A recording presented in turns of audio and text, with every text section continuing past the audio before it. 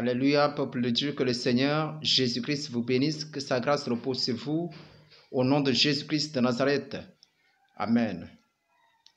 Frères et sœurs en Christ, je bénis le nom de notre Seigneur et Sauveur Jésus-Christ de Nazareth pour sa grâce, sa bonté et sa miséricorde qu'il nous accorde chaque jour de nos vies au nom de Jésus-Christ, car il est plein d'amour, de compassion, de miséricorde.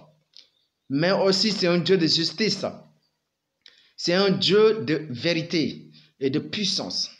Que son nom soit élevé, que son nom soit glorifié au nom de Jésus-Christ de Nazareth. Amen. Donc c'est prophète Joseph Sambou de l'église évangile de la gloire de Jésus-Christ. Voilà. Donc je suis là aujourd'hui encore. C'est par la grâce du Seigneur Jésus-Christ et je lui rends toute la gloire, car c'est lui qui produit en nous le vouloir, selon sa propre volonté. Je bénis le Seigneur Jésus-Christ pour le temps qui m'a permis de me reposer un peu, voilà, pour aussi pouvoir continuer son œuvre, parce que voilà, j'étais absent un moment parce que vraiment il fallait voilà, essayer de me reposer un peu. Voilà, même pour quelques jours seulement, bon, parce que c'était nécessaire. Voilà, depuis 2 ans que j'ai commencé le ministère, pas de repos. Voilà, 7 sur 7, 12 sur 12. Vraiment, ce n'était pas facile, vraiment. Et tout cela est pour la gloire de notre Seigneur Jésus. Mais aujourd'hui, je viens particulièrement parce qu'il y a une urgence. Je n'avais pas prévu de donner un message aujourd'hui. Mais c'est un message que le Seigneur m'a donné maintenant. Et il fallait que je vous transmette ce message. Et c'est un message très très urgent. C'est un message très urgent. Et c'est un message très délicat aussi. Parce que le Seigneur Jésus-Christ s'indigne du prix qu'il a payé, de tout le sacrifice qu'il a consenti, qu'il a éprouvé. Le sacrifice ultime que personne d'autre n'a fait. Depuis la création jusqu'à la fin, personne n'a accompli ce sacrifice. Personne n'a fait un sacrifice pareil. Lui, il l'a fait. Mais il s'indigne aujourd'hui de voir des choses que son peuple traverse, ce que son peuple connaisse. Et je veux vous le dire. Et moi, ça m'a rendu trop triste depuis plusieurs années. Et jusqu'à aujourd'hui, pendant que je suis serviteur de Christ, je suis son serviteur. Vraiment, aujourd'hui, quand le Seigneur m'a parlé, j'étais en train de méditer la parole de Dieu, la Bible, et le Seigneur m'a parlé. Dans mon cœur, et c'était comme la voix résonner, c'était comme quelque chose qui m'avait couverte, et parlant de cette chose. C'est vrai, le Seigneur m'a révélé cette chose, mais bon, ce n'était pas trop considéré à mon égard. Mais aujourd'hui, ça a dépassé la dimension de l'homme. C'est une dimension spirituelle. Je parle des âmes de Christ, des âmes qui sont destinées à Christ. Le Seigneur me révèle, pas ce qui est aujourd'hui, mais autrefois, me révèle des âmes qui vont en enfer, gratuitement. Et c'est des âmes qui n'ont pas été destinées à aller en enfer, dans le séjour des morts. Vraiment, c'est déplorable. C'est vraiment triste. Et récemment, je vois même, personne n'est épargné dans ça. Le séjour des morts, les âmes qui vont en enfer là, personne, aucune religion n'est épargnée. Les amis, aucune religion n'est épargnée. Le Seigneur m'a montré, il y a des athées, des animistes, des musulmans. Des gens, c'est toi que je peux considérer qui ne connaissent pas Jésus-Christ, qui ne connaissent pas la grâce, qui n'ont pas encore donné leur vie à Jésus. Mais ce qui est plus malheureux dans tout ça, Des gens qui pensent qu'ils sont des chrétiens, qui vont en enfer. Le Seigneur m'a montré. C'est des âmes, des gens qui vont en enfer. Dont le diable se sert de leur image pour faire le mal, pour montrer que ces gens ne sont pas sauvés. Et pourtant, c'est des gens qui ont laissé tout, voilà. Bon, certaines choses, pensant qu'ils servent Jésus, alors qu'ils sont très très loin de Jésus. C'est vraiment triste, les amis. C'est très triste. Et ce n'était pas vraiment le sujet. Ça ne devait pas être le sujet d'en parler de ça. Parce que Dieu a acquis de nous par le sang de Jésus. Le sang qui parle mieux que du sang de Abel. Le sang de la justice. Le sang de la réconciliation de Dieu avec nous. Mais jusque-là, des gens vont en enfer gratuitement. Des gens qui pensent confesser le nom de Jésus-Christ, ils sont en enfer, dans le séjour des morts. Je vous dis clairement, c'est la vérité. Non, c'est vraiment triste. Où est l'église de Christ dans tout ça? Où est l'église de Christ? L'église pour laquelle Jésus-Christ a versé son sang. Il a accepté l'humiliation. Jésus-Christ, il a versé son sang. Il a été flagellé, il a été frappé, humilié. Il a été pendu, maudit. Il a étendu les bras. On a percé par les clous. Imaginez-vous combien de fois ça fait mal. Et on a percé la lance sur son côté. Alléluia. Pendant qu'il n'était pas encore mort.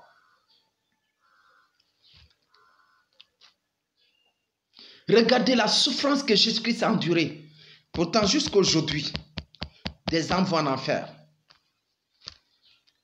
C'est triste, les amis. C'est vraiment triste. Je vous dis, c'est la vérité. Ce n'est pas la première fois.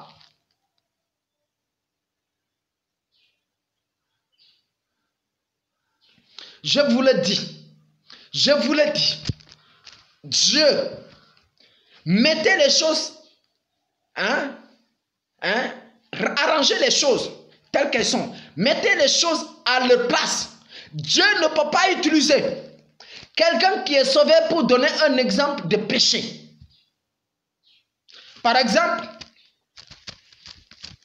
voilà, dites-moi, Satan ne peut jamais prendre le visage de Jésus pour tromper quelqu'un. Ce n'est pas possible, ce n'est pas vrai. Vous savez quel visage il peut prendre? Le faux Jésus qu'on met sur les photos. Oui, c'est ça le visage qu'il peut prendre. C'est cette image qu'il peut prendre. Mais pas Jésus-Christ de Nazareth. Satan ne peut pas prendre l'image de l'apôtre Paul, ni Pierre. Jamais. Il ne peut pas. Mais pourquoi il va prendre le visage d'un de tes parents, ce qui n'est pas sauvé, pour t'apparaître, pour te tromper? Combien de fois tu reçois la visitation de tes parents? Combien de fois tu reçois la visitation, Satan il prend le visage de tes parents pour faire semblant de te parler? Dieu, quand il veut te parler, il utilisera son serviteur, tel que Dieu utilise ses serviteurs pour vous prêcher l'évangile, pour vous amener à lui. C'est la même chose. Dieu utilise quelqu'un, soit il utilise quelqu'un qui est déjà sauvé et qui est dans son sein, ou bien il envoie ses anges, ou bien lui-même il nous parle. Je vous parle. Et c'est vraiment triste de voir des gens qui sont dans les églises que je parlerai évangéliques, protestantes, et qui sont dans le séjour des morts, qui sont à la mort. C'est vraiment triste. C'est déplorable. Parce que moi, personnellement, je n'aime pas la médiocrité. Je n'aime pas la médiocrité. Dans ma vie, ça là, c'est Croix-Rouge.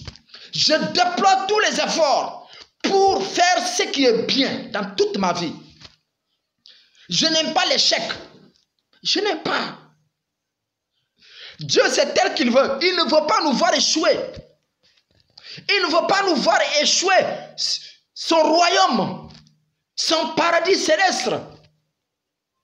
Mais pourtant, jusqu'à l'heure que je vous parle, des gens se retrouvent en enfer. des âmes vont en enfer. Et jusqu'à aujourd'hui, de toutes les façons, je vais vous dire, parce que c'est difficile à dire, mais c'est vrai. Je n'ai pas encore vu quelqu'un que le Seigneur, il meurt, le Seigneur me dit qu'il est sauvé. Il est parti dans son sang. Je vous le dis, jusqu'à aujourd'hui que je vous parle. Oui, il est admis d'office là. Il n'y en a pas encore. Il n'y en a pas encore. Ce sujet-là doit interpeller toi qui me suis. Ce sujet doit t'interpeller. Tu dois revoir ta vie. Et il y a certains même que le Seigneur me montre. Et j'entends le Seigneur, quelqu'un défend la parole d'une personne qui dit, pourtant, cette personne a l'étoile de Christ. Mais pourtant, cette personne a emprunté le chemin de l'enfer. Oui, ça je vous le dis. Le chemin du séjour des morts. Cette personne a emprunté le chemin du séjour des morts. Bon, certainement, c'est des anges qui parlent, qui se lamentent pour dire, ah, elle se dirige vers le chemin de Satan. Mais c'est quelqu'un qui a l'étoile de Christ. Pourquoi cela? Parce que les gens n'ont pas accepté d'épouser la vérité. Les gens n'ont pas accepté d'épouser la parole de Dieu, la parole de Christ, l'évangile. Ils se sont laissés entraîner par le désir charnel, par leur convoitise, par leur envie, par leur distraction. Les amis, on va avancer. Je vais parler d'un passage biblique. C'est triste ce que je vous dis, les amis. C'est très énervant. Tout à l'heure, quand le Seigneur m'a parlé ça, c'était comme si que là où j'étais assis à côté du manguier pour méditer la parole de Dieu, c'était comme si les âmes là, j'avais une colère spirituelle. Une colère chrétienne. Une colère de Christ. C'était comme si les âmes là, c'était comme des feuilles que je dois aller par ma propre force, aller arracher et les ramener à Jésus. C'est très énervant, les amis. C'est très énervant. Donc, nous allons lire la parole de Dieu rapidement. Et c'est une faute. Dessinez nous, enfants de Dieu, les serviteurs de Christ, les soi-disant serviteurs de Christ, les soi-disant pasteurs, évangéliques, docteurs, prophètes, les soi-disant qui n'ont pas accepté de prêcher la vérité, qui n'ont pas accepté de dire les gens, cette vie-là que vous menez, c'est une vie de péché, sortez de là. Dieu n'est pas avec ça. Mais ils sont en train de chérir les brebis du Seigneur Jésus, pour lesquels Jésus-Christ est mort sur la croix, sur lesquels Jésus-Christ est mort. Jésus-Christ a payé le prix pour ces âmes. Regardez notre responsabilité que nous avons à l'égard de ces âmes. Notre devoir que le Seigneur nous a assigné. Aujourd'hui, nous ne sommes pas en tant que serviteurs. Nous n'assumons pas nos responsabilités devant ces âmes. Nous ne prêchons pas la vérité. Homme de Dieu, serviteur de Jésus-Christ. Lève-toi, prêche, parle les gens, quel que soit ce que ça doit te coûter.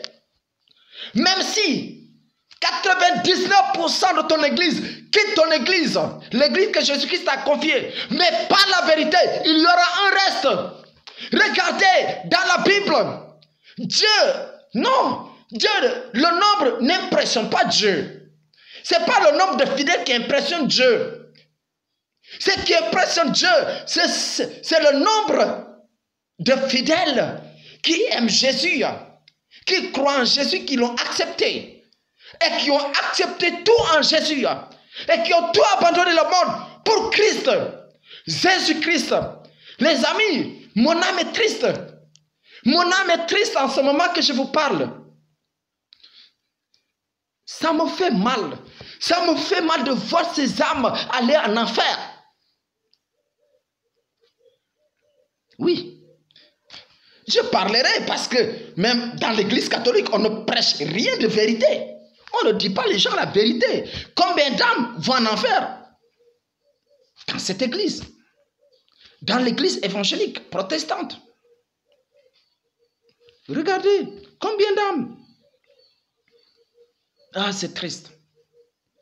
Et je vous dis, cette parole m'a beaucoup frappé. Quand j'ai reçu, j'ai vu l'âme de cette personne. Le Seigneur me parlant que cette personne-là n'est pas sauvée. Mais pourtant, j'ai entendu une voix qui dit, pourtant, cette personne, elle a l'étoile de Christ. Oh Seigneur, aie pitié de nous. Seigneur, aie pitié de ton peuple. Oui. Oui. Satan a juré de combattre cette église.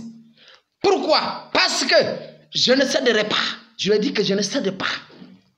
Ah oui, s'il peut me tuer, il me tue. Il me tue. Mais une chose, c'est que c'est lui qui perd toujours. Parce que s'il me tue, mon âme est sauvée. Oui, oui, c'est très clair.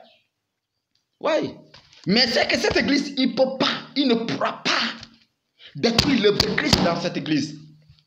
Je vous le dis. Il ne pourra pas détruire l'œuvre de Christ dans cette église. S'il veut, il me tue. Il n'y a pas de problème. Il n'y a pas de problème. Il n'y a pas de problème. Parce que je sais une chose. Le mal, de jour en jour, il va très mal. Le monde, de jour en jour, il va très mal. S'il me tue, c'est pour... Je me repose. Mais je sais que je vivrai. Et je célébrerai la gloire de Christ. Je bénirai le nom de Christ. Je lèverai son nom jusqu'aux extrémités de la terre. Au nom de Jésus-Christ. Vraiment. Donc nous allons prendre Jacques.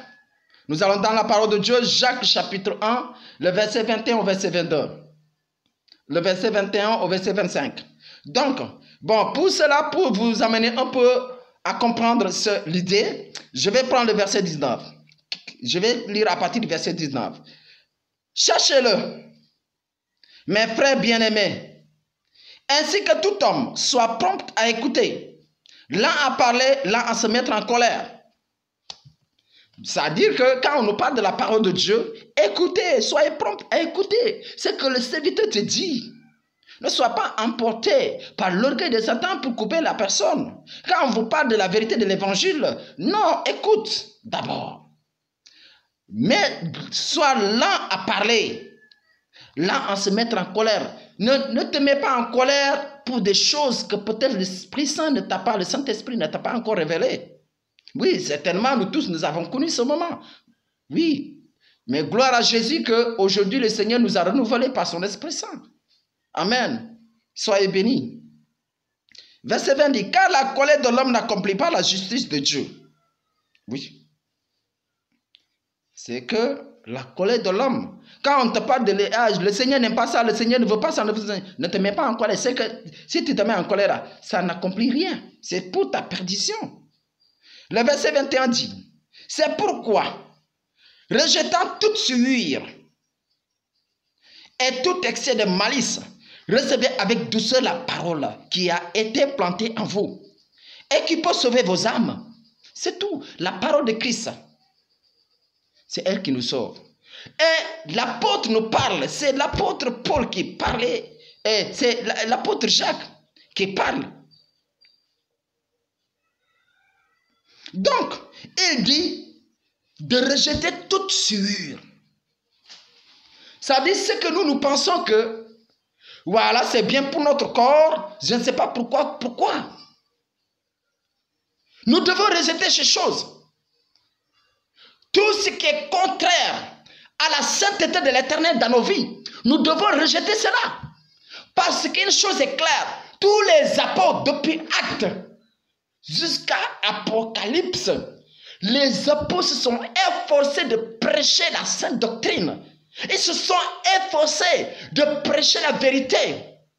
Cette vérité qui libère. Dieu, depuis Genèse, il nous a parlé de cette sainteté. Dieu nous a parlé du dépouillement.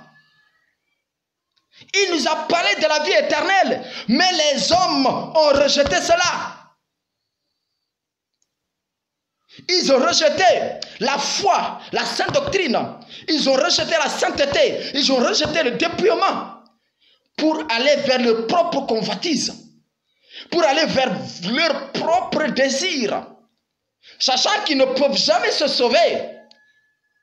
Et que celui qui les a demandé de changer, qui peut les sauver, ils ne l'obéissent pas. Et ce sera le prochain message que je vais donner. Les amis, il y a une seule chose dans la vie que Dieu veut, de l'obéir. Sinon, nous connaissons, c'est la punition. c'est la destruction. Ne nous trompons pas nous-mêmes. Ne nous trompons pas nous-mêmes. Nous connaissons tous que la désobéissance, c'est l'enfer, c'est la mort. Il n'y a pas de chance, les amis. Cette vie, elle est d'une courte durée. Elle est d'une courte durée. Ce que la Bible nous dit, c'est l'espérance de vie, c'est peut-être 120 ans. Mais aujourd'hui, je ne crois pas qu'il y a quelqu'un qui vit 120 ans. Je ne crois pas. Sinon 80, 90 ans, 95 ans, c'est fini, tu meurs. Et si tu meurs là, c'est pour l'éternité. Tu ne reviendras jamais. Tu meurs, tu laisses tout ce que tu as comme richesse, comme gloire, comme orgueil, comme vanité. Tu laisses ça sur la terre. Tes ennemis vont bénéficier. Mais pourtant, là où tu vas, c'est pour l'éternité. Si c'est l'enfer, c'est pour l'éternité.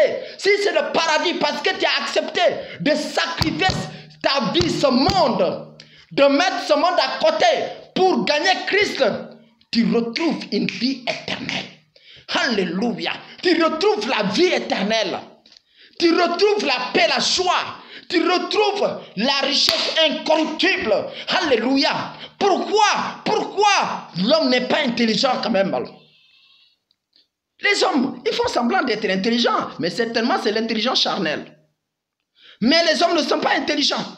Regardez ce que l'apôtre Jacques a parlé. C'est pourquoi, rejetant toute sueur, aujourd'hui, les gens, ils mettent tout sur le corps. L'autre jour, quand je suis allé pour un décès au village de ma grand-mère, quand on parlait, tout ça là, on témoignait de Jésus chez ma soeur au Cap Screen.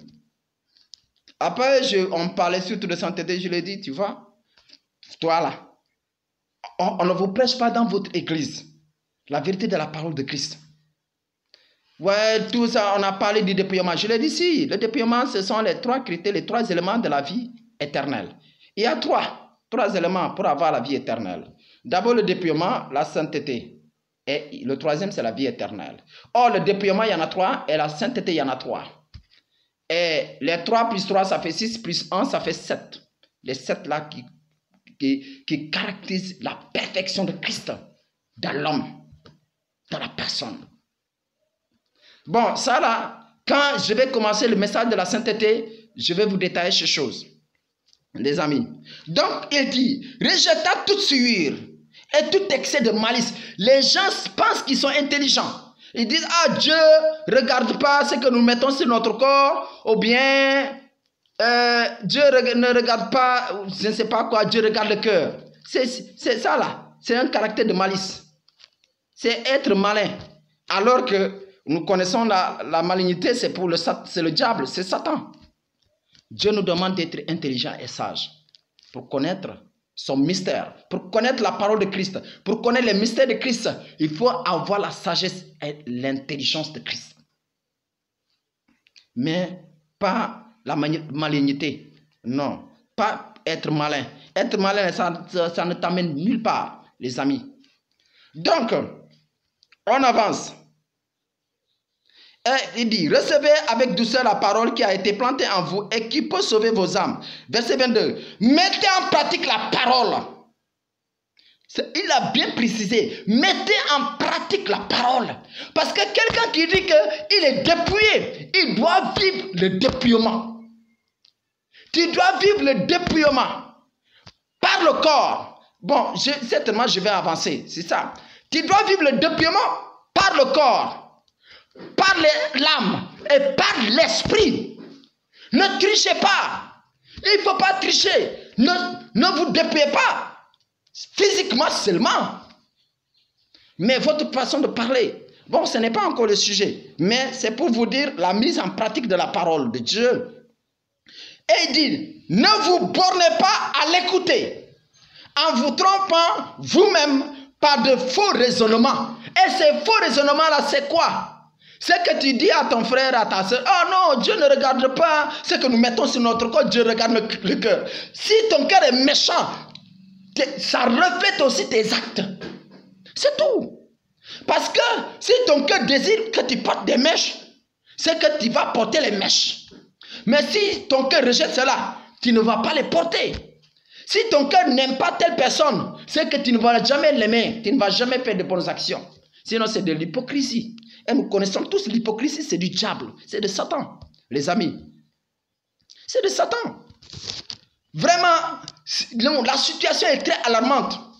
Elle est très alarmante. Regardez, je vous dis, sur 1000 âmes qui meurent, par exemple, aujourd'hui, là, si tu regardes, peut-être il y a 0 sauvé. Peut-être il y a une âme sauvée. Est-ce que c'est pour ça que Jésus-Christ est mort? Nous sommes tous responsables de ces âmes, les serviteurs. Lève-toi, marche, donne ta vie. Quand tu as accepté de servir Jésus-Christ là, comprends qu'il y a des conditions. C'est que, à cause des âmes, tu peux mourir et laisser ta famille. C'est qu'à cause des âmes, tu peux vivre dans la pauvreté, dans la misère. C'est qu'à cause des âmes, tu peux manquer tout. Mais tu n'es pas prêt à cela. Oui. Tu n'es pas prêt à cela. Parce que je vous dis, même moi, le Seigneur, quand il m'a appelé, je lui ai dit, ah non Seigneur, bon, laisse-moi 3 années, je vais enseigner. Bon, pour avoir de l'argent, pour commencer le ministère. J'ai pensé déjà à l'argent. Parce que je vais vivre dans la pauvreté. Mais le Seigneur m'a convaincu, il m'a aidé à l'accepter. Et j'ai tout laissé pour lui. Et je sais que, un jour, oui, un jour là, ça peut être dur de mon côté. Parce qu'un jour, je peux être appelé à donner ma vie pour sauver les âmes. Ce n'est pas un jeu. Ce n'est pas une question de mode ou d'avantage, de richesse, de gloire. Non, non, non, non, non, non, non. C'est une question de sacrifice. Tel que Jésus-Christ s'est sacrifié, tel que les apôtres se sont sacrifiés. C'est ça, cette responsabilité que nous avons. C'est le fardeau là que nous avons. C'est le poids que nous portons. Pas venir là à prêcher les dîmes, les offrandes. Arrêtez cela. Dieu, quand il convainc quelqu'un de donner son offrande, sa dîme, c'est une alliance que cette personne tisse avec le Seigneur Jésus. Arrêtez les distractions dans l'église. Arrêtez, arrêtez, arrêtez. Vous conduisez gratuitement les âmes en enfer. Nous avons, les serviteurs de Christ, nous avons une responsabilité très lourde. Ouais. Que le Seigneur nous bénisse. Donc, ne nous mettons pas les faux raisonnements. Non. Arrêtons cela. Bon, de toutes les façons, on aura le temps, bon, même si le temps presse, mais on va aller vraiment, voilà, en profondeur de tous les messages, autres messages que j'avais déjà donnés. Donc, il dit, car si quelqu'un écoute la parole et ne la met pas en pratique, il est semblable à un homme qui regarde dans un miroir son visage naturel et qui, après s'être regardé, s'en va et oublie aussitôt quel il était. Oui. Tu lis la parole de Dieu et tu ne la mets pas en pratique. C'est comme si toi, tu as oublié qui tu es. Mais celui qui aura plongé le regard dans la loi parfaite, la loi de la liberté, et qui aura persévéré, n'étant pas un auditeur oublieux, mais se mettant à l'œuvre, celui-là sera heureux dans son activité. Tout dépend de notre disposition de mettre en pratique la parole de Dieu. Et pourquoi on met en pratique la parole de Dieu? C'est pour le salut de notre âme. Parce que le salut de notre âme en dépend de la parole de Dieu que nous mettons en pratique, corps, âme et esprit. Cela, corps, la mise en pratique de la parole de Dieu, corps, âme et esprit, c'est la seule chose qui va nous sauver. Et la mise en pratique de la parole de Dieu, c'est par rapport à la foi. On ne parle pas de foi si tu ne mets pas en pratique la parole de Dieu. Non. Non, pas du tout. Donc nous allons prendre 2 Timothée chapitre 2, verset 1 à 5. Voilà. 2 Timothée chapitre 2, verset 1 à 5. Voilà.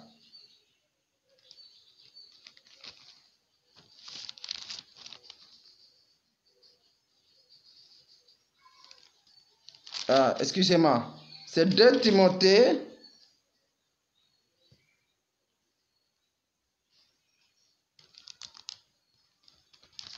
Voilà, nous allons prendre 2 Timothée. Excusez-moi, oui, c'est ça. Nous allons prendre 2 Timothée chapitre 2, verset 1 à 5. Excusez-moi. Voilà. Je lis la parole du Seigneur Jésus. Il dit, toi donc, c'est l'apôtre Paul qui parle à son enfant dans la foi, Timothée, son collègue aussi. Il dit, toi donc, mon enfant, fortifie-toi dans la grâce qui est en Jésus-Christ. Et ce que tu as entendu de moi en présence de beaucoup de témoins, confie-le à des hommes fidèles qui soient capables de l'enseigner aussi à d'autres. Souffre avec moi comme un bon soldat de Jésus-Christ. Il n'est pas de soldat qui s'embrasse des affaires de la vie s'il veut plaire à celui qui l'a enrôlé. Verset 5 dit, et l'athlète n'est pas couronné s'il n'a combattu suivant les règles. Les règles, nous savons tous, les règles chez nous les chrétiens c'est quoi? C'est abandonner le monde et les parures du monde. Dieu nous veut saints. Soyons dans cette sainteté. Ne pensez pas à tromper Dieu. On ne peut pas tromper Dieu. Pourquoi, par exemple, je prends les femmes. Elles vont mettre leur greffage, tous leurs paruques, les émails, tout ça là, et les rouges à lèvres, tout ça là, je ne sais pas, change couleur, je ne sais pas quoi. Mais vous allez voir quand la personne meurt, on enlève toutes ces parures là, les greffages, les mèches. Et les gens, bêtes qu'ils sont, je vais le dire aussi, hein, vraiment, parce que des fois il faut frapper, il faut parler. Donc, voilà, quand la personne meurt, on enlève les émails, on enlève les mèches, tout ça là, pour dire que oui, voilà, qu'est-ce qui se dit dans la tête, quoi, la personne comme elle est morte, elle doit aller rencontrer Dieu, donc elle ne doit pas aller en Dieu avec ces choses-là qui ne glorifient pas Dieu. Mais pourtant, ils savent que toutes ces choses, c'est un péché. Toutes ces choses, c'est un péché. C'est des péchés, tout ça là. Ils font des choses qui ne glorifient pas Dieu. Mais Dieu ne juge pas ta mort. Hein. Dieu juge les péchés que tu as commis pendant que tu vivais. La vie là, pendant que tu vis là, ce sont ces péchés-là que Dieu juge. Mais après la mort là, il n'y a plus rien. Il n'y a plus d'autres sentences. Non, il n'y a plus d'autres jugements. C'est que si tu dois aller en enfer, tu vas en enfer. C'est que si tu dois aller au ciel aussi, tu vas au ciel. Il n'y a rien qui va changer ce verdict. Rien. Donc ça là, on cherche à nous tromper nous-mêmes.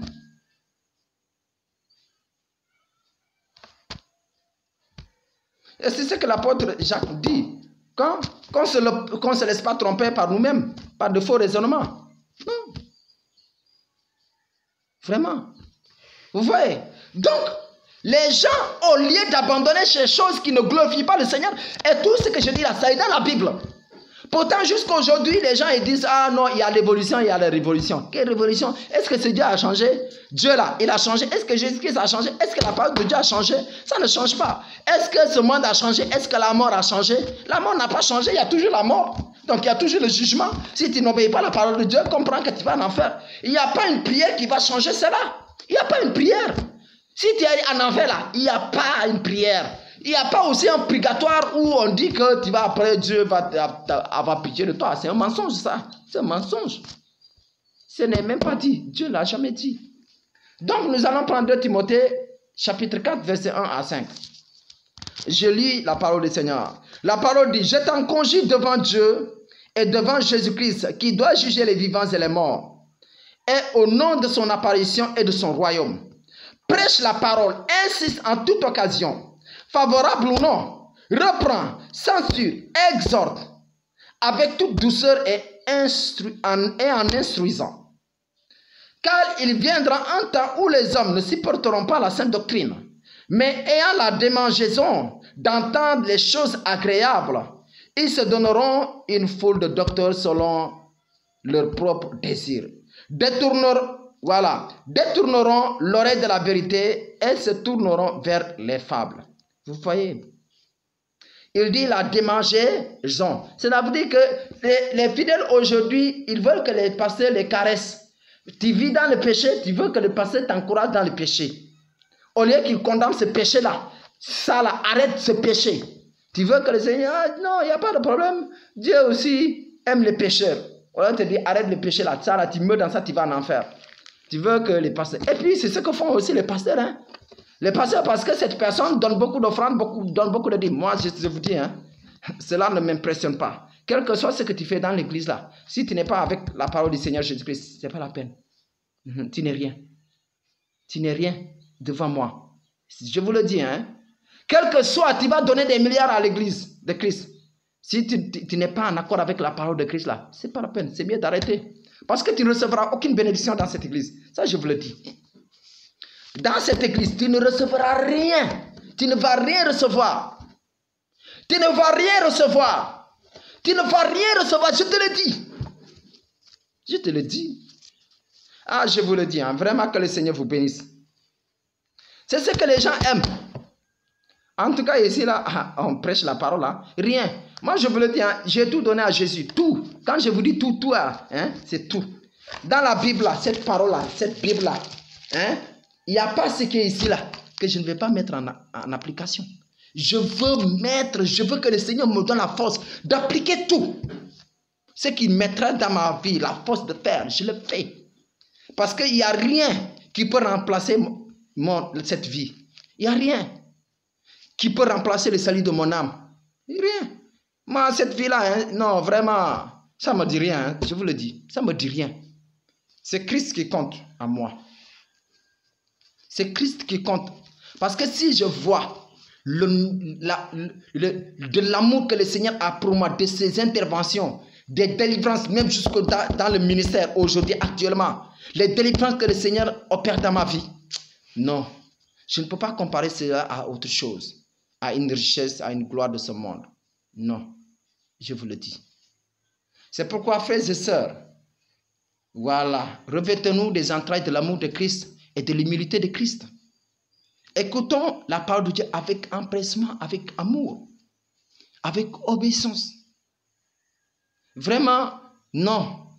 À partir d'aujourd'hui là, mettons-nous dans nos gardes.